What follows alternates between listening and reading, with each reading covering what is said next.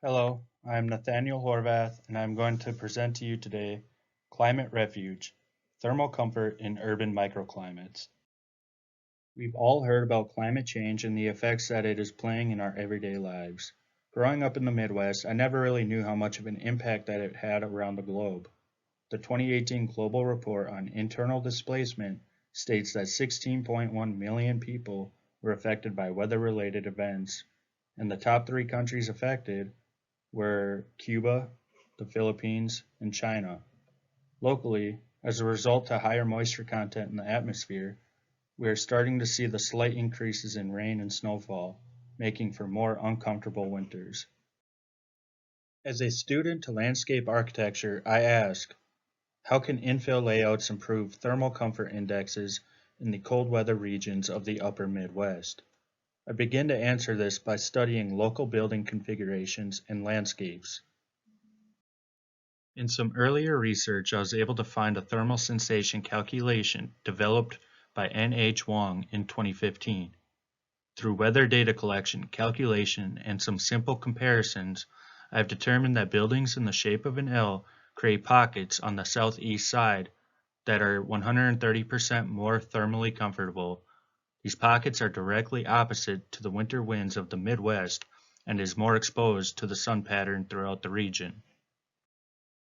Located in the Midwest, Fergus Falls, Minnesota has similar weather events to Fargo, North Dakota, which makes this a great location to apply my research into a landscape design. Fergus Falls is located in what locals call Lakes Country. These lakes were formed thousands of years ago by the Great Glaciers and through their process have exposed sandstone that can be used in building materials. In 1908, Fergus Falls began harvesting power from the Otter Tail River, permanently bringing settlers to the area. In 1978, Westridge Mall was introduced. This is the site for my design. As I grew up in the area, I have experienced this property decline rapidly. In fact, in fall of 2019, the property was auctioned off to new owners. To give you some site context, this site is 128 acres and is split in two by West Lincoln Avenue, which connects the site to I-94 as well as downtown Fergus Falls. It is currently 4 lanes with additional turn lanes, making the street excessively wide, reaching 120 feet. The 45-mile-per-hour road moves traffic through the site quickly, not allowing pedestrians to cross at the intersections. The north-south connection is broken within the site, resulting in the existing sidewalk being underutilized and does not promote active transportation. Here we see 1,600 feet of sidewalk ending in the middle of the site. Home Depot and Fleet Farm anchor this area and attract the most customers, while Dunham Sporting Goods has a healthy business through seasonal sporting equipment sales.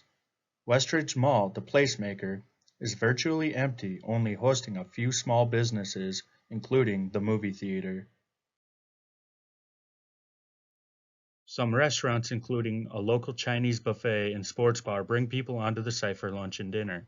In the northwest corner, a McDonald's attracts travelers from the interstate and allows their customers to eat on the go. Relatively new to the area is a grocery store that offers competitive prices compared to the larger stores, attracting customers from all around the county. Along with the grocery store, there's a centrally located gas station. This vehicle-centric design is apparent with the lack of walkability and large parking areas throughout. The existing stores are widespread and do not attract enough customers to justify these large spaces. This site is surrounded with businesses and residences, but still lacks in pedestrian experience. One solution to this is to infill with residential and business space to develop a new neighborhood. My goals include increasing density and accessibility while improving thermal comfort and walkability. In order to achieve this, I applied the results from my research and created infill layouts that I could test for thermal comfort suitability. Using Autodesk, I was able to identify and maximize thermal comfort pockets for landscape design. As you can see through the progression of these images, I'm really trying to maximize the blue areas on this map. These are the most well-protected areas on the site. This third layout maximizes the amount of thermally comfortable space while maintaining a thermal connection. This layout introduces 7 new areas that can be developed into parks and plazas for public use. These 7 spaces amount to nearly 16 acres and connect into a 1.4-mile loop, excellent for active transportation. In this proposed plan, these existing stores will remain and be repurposed to better serve the new community through social interaction and cultural influence. A new shopping street will connect through West Lincoln Avenue, adding mixed-use buildings, allowing for both retail and residential space. This proposed street is centrally located to increase accessibility by creating a connection from the existing residences to the existing businesses. These buildings reach heights of 30 feet and feature Fergus Falls code-compliant units at 1,000 square feet per unit. Multifamily complexes were strategically planned to protect vulnerable areas from the prevailing winter winds, creating the most thermally comfortable site. These buildings reach heights of 40 to 50 feet and feature Fergus Falls code-compliant units of 1,000 square feet per unit. Single-family units were planned out to meet the city's minimum code requirements, allowing for maximum density. Located in the east to southeast corner of the site, these lots are protected in the winter months and give different housing options for the new Americans. This master plan indicates that I have achieved my goal of increasing density to 20 units per acre, while staying within Fergus Falls building code. There are about 380 units in the mixed-use buildings, 1,996 units within the multifamily buildings, and 104 separate lots for single-family dwellings. To further my design, I chose the centrally located green space to further apply my research. The central hub will act as the model for future designs for the other park spaces. Similar to pioneers of the past, new Americans are experiencing a new way of life. Although under different circumstances, being forced from their homes, they hope for a better life in a new setting. Pioneers shaped our country and introduced new ideas and opportunities that would shape how we live our lives today. They settled the wilderness and brought order to chaos. George Wright and R.J. Mendenhall saw the potential of the river as a source of power, sparking the growth of Fergus Falls and building a city by offering free business lots to those who wanted to build. This would later route the railroad through town, marking this as a trading hub. This vision of Wright and Mendenhall introduced new technology into the region that would bring new opportunities with it, inspiring to those who chose to pioneer a new feature. While maintaining the green connection in the site design, a shared street is placed to resemble the point of connection between two walks of life, further strengthening this central location. Form building was inspired by both the chaos of settling into a new life and the cultural history of the site location. Materials used throughout my site include pine lumber used in structures, mixed use of steel and concrete, along with clay and sandstone paving, while the planting materials range from large canopy trees to ornamental plants to blur the lines of nature and design. At 5.5 acres, Lincoln West Central Park includes cultural gardens, active lawns, and social gathering spaces. The Lincoln West Promenade curves through the site and serves as a strong connection through the design. This was laid out to follow the thermally comfortable path that was previously discussed. Bordering around the park is a shared street designed for limited access to vehicles to only certain times of the day. The passive lawn to the south engages users in the design of Minnesota's natural landscape. The Cultural Performance Court is a dual space that allows for various events such as concerts, movies, and sports, such as basketball. The active lawn space is designed to be open and free of plantings to allow for large field sports like football and soccer. This active section of the park also features the Little Otters play area, allocating a fun and safe environment for children. Bordered with the shared streets are the Cultural Gardens and Lincoln Plaza, which I will get to at a later slide. This night perspective of the Lincoln West Promenade showcases the pine and steel benching, some ground lighting, and the overhead canopy that connects people throughout the entire site.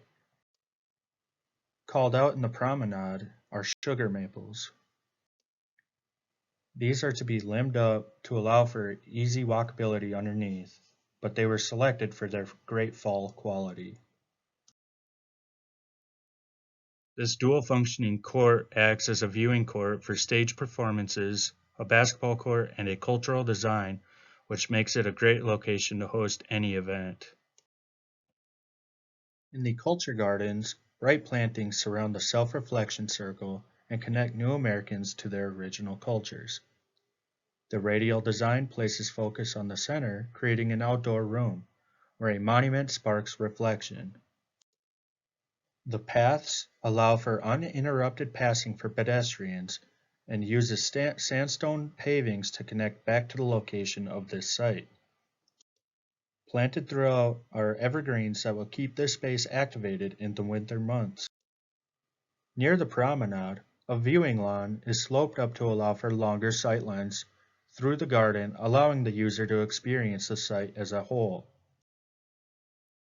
In this perspective of the contemplation circle, we can see the reflection monument, and we can also see how the sandstone pavings are going to be laid out. The site is also built up with the same steel and pine benches and is enclosed to give a more intimate feeling to the smaller groups visiting. This also acts as the entrance into the park.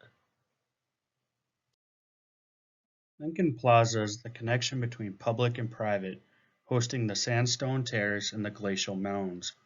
Large gatherings can happen in the lawn, while smaller groups can convene in the glacial mounds. To the south of the plaza, the same shared street allows vehicle access at the certain times of the day. The planting forms are derived from the dam that was built in 1908, which is now called Broken Down Dam, located on the outskirts of Fergus Falls. Lincoln Lawn gets its form from planting the walkways in the most thermally comfortable places. The lawn is a central space where, in the wintertime, we'll host events and ice skating. The sandstone terrace is open to the public, but the raised platform is designed for the private residences living in the building, allowing them space to sit outside. A key feature of the terrace is the sandstone water wall. Water is cycled through to drip from the wall, creating a white noise, which strengthens the private feeling of the terrace. Also located with the terrace is the Pine Pergola. This space is designed for cafe seating and small group gatherings. Otter Grove, located in the corner of the buildings, offers dappled shade and seating to the shoppers. Planter grates were used to ensure the soil would be viable for the trees. In the glacial mounds, seating is built up to give users a place to play games and socialize. The mounds ensure privacy while the rows offer various uses. I will go into more detail for the street section and the terrace section in just a second. This street section reveals a 31-foot street with parallel parking and a bike lane. The sidewalks are wide for pedestrians' comfort, also dedicating 10 feet to a planting zone. The large sidewalks feature an egg-shaped tree grate that is used throughout the site to create a placemaking effect.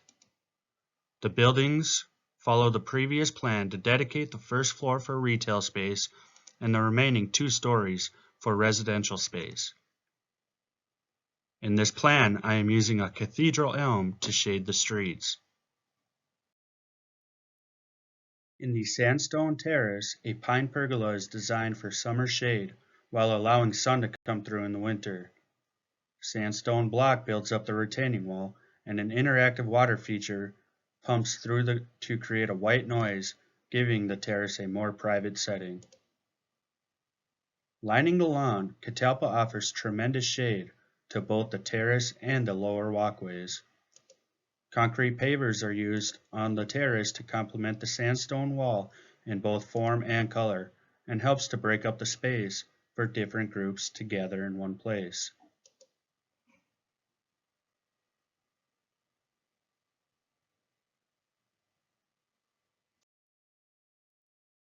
Here in the glacial mountains, we see shopping and social gatherings happening together. The mounds are placed to create a more intimate space, while pine and steel tables are great for outdoor card games. Again, maple is used for its great fall quality.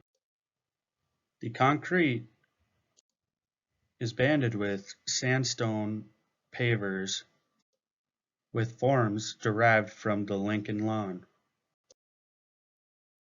Lincoln Lawn is a multi-seasonal space that is a great space for social gathering.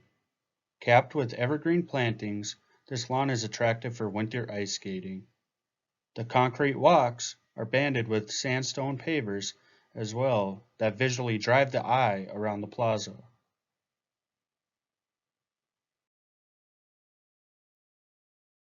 Creating spaces to perform through all seasons is an incredible challenge, and I hope that through my research I have been able to teach you a little about the effects that climate change plays in our daily lives. Thank you.